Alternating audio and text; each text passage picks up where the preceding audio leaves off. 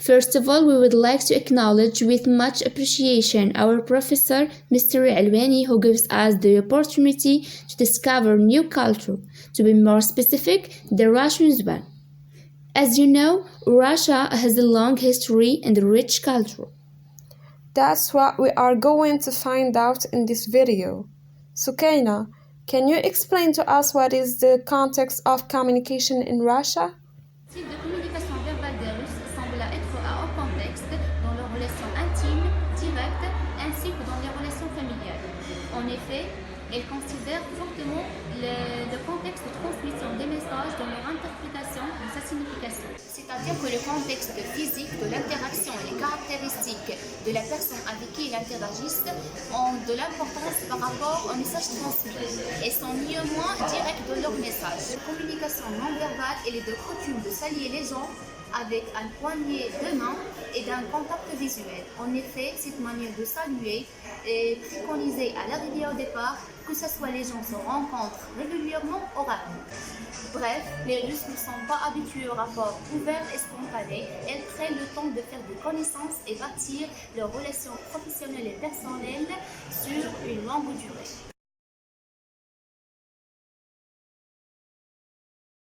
Russians collectivists or individualists, that what we are going to discover with Mary.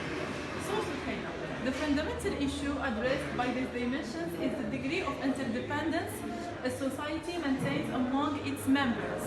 It has to do with whether people's self-image is defined in terms of I or we.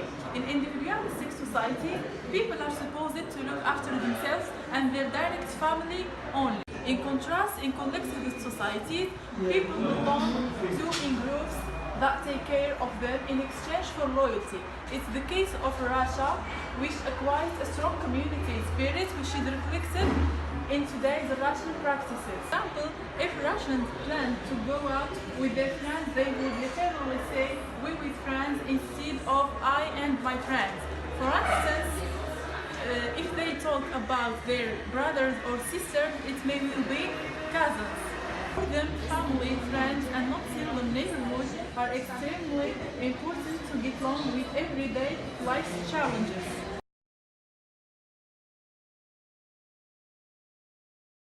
In agriculture, there are superstitions.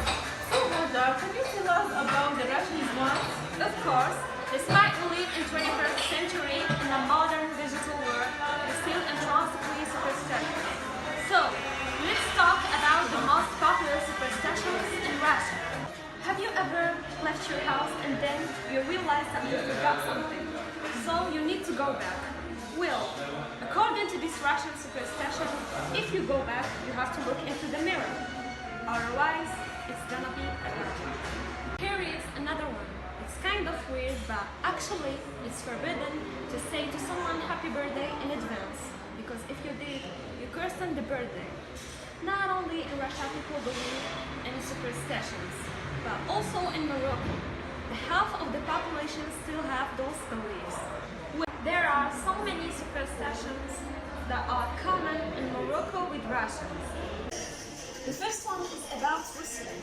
It's forbidden to whistle indoors because if you do this, the school becomes crazy and all your money will disappear. The second one is when your eyebrows itch. This means that someone is saying bad things about you. And the last one is when someone speaks of illness, of death, or bad things, all you have to do is knocking at the wood 3 times. Power distance as a social cultural dimension is defined as the extent to which the less powerful member of institutions or organization expects and accepts that power is distributed unequally. This may be transferred to children by parents or and by other elders. This dimension deals with the fact that all individuals in societies are not equal. It expresses the attitude of the culture towards inequalities amongst us. Russia scored incredibly high on Hofstad's scale on the power distance dimension with a score of 93. This number shows clearly the difference between people and also the inequalities between finances of people. The huge discrepancy between the least and the more powerful people in Russia led to a great important status. Let's see an example of high power descent in Russia. Good morning, miss. Can I speak to you, please? No, you are below to me. Okay, miss. Have a nice day. As you can see, the Russian boss doesn't wish to speak with the subordinate, and yet the subordinate is completely okay, without showing that power doesn't scale to be very hard for them. A high power descent in Russia means that employees are unwilling to participate in making decisions, and they are content with the manager making decisions and giving them instructions which they follow passively. Add to that, the quality of decisions in Russia is poor because of poor communication and information sharing. The situation is similar for Morocco. Un indice de distance hiérarchique très élevé dans la Russie, le peuple russe pensera qu'il est normal que les présidents et les figures d'autorité disposent d'avantages divers. Le chef, le président, le directeur de la Russie ont tout le pouvoir sur leurs sujets, leurs subordonnés et leurs suiveurs. Quoi de plus normal? Les inégalités dans la Russie existent, ils ont toujours, depuis que le monde est monde.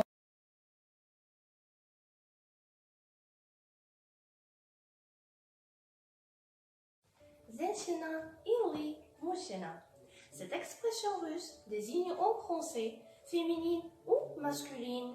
J'ai posé la question à plusieurs personnes pour savoir leurs croyances à propos de la culture russe. Est-ce que c'est une culture qui est purement féminine ou bien le contraire? La plupart d'entre elles ont répondu par affirmer que cette culture est purement féminine. Mais en se basant sur quoi? La première catégorie a répondu par hasard. La deuxième s'est basée sur ses connaissances préalables. Et la troisième a vécu des expériences réelles en faisant connaissance à des personnes russes ou bien l'un des membres de la famille a épousé un ou une russe. Je voudrais dire à cette catégorie, félicitations, vous avez raison. C'est vrai, la culture russe est une culture qui est purement féminine. Russia's culture is characterized by a pure feminist system that had its origins in the 18th century and it's influenced by the Western European Enlightenment and mostly confined to the aristocracy.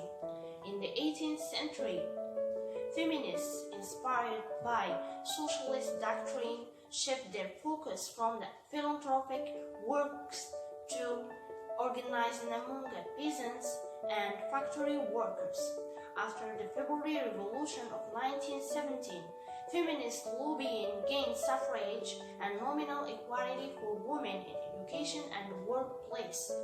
However, in the 1960s and the 1970s, feminists continued to show their domination in certain career paths, including politics, as well as incomes inequality and a greater burden of household work.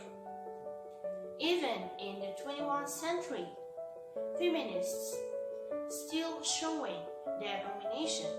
For example, in 2003, 43% of local administrators in the St. Petersburg were women.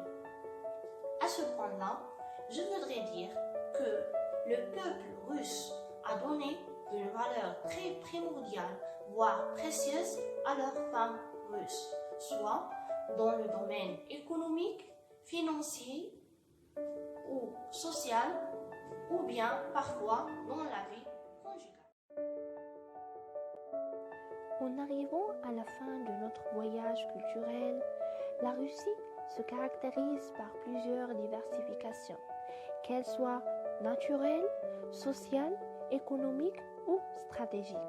Ainsi, la culture russe est très riche en termes de croyances et de l'histoire, et plusieurs chercheurs et philosophes ont été le produit de ce grand pays. Son espace géographique et sa puissance le permettent d'être l'un des pays les plus croissants au monde. J'espère que vous appréciez ces petits clichés à propos de la Russie et de sa culture. Et merci beaucoup à votre attention que vous avez accordée à cette vidéo. Bye.